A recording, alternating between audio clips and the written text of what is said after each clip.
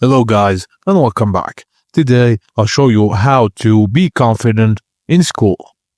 1. Think about your strengths. Reflect on your skills, personality traits and qualities you're proud of. Write these down in a journal or diary to revisit when you're feeling low.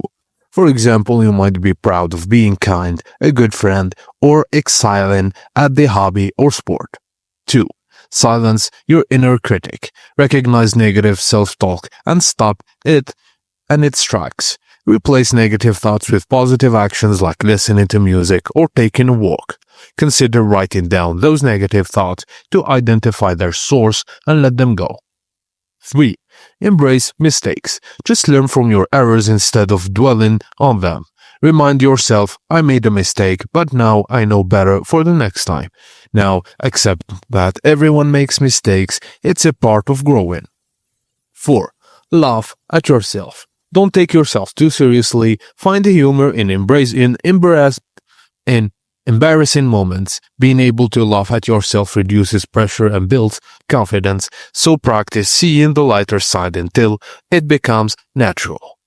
5. Dress for confidence. Wear clothes that make you feel empowered and comfortable.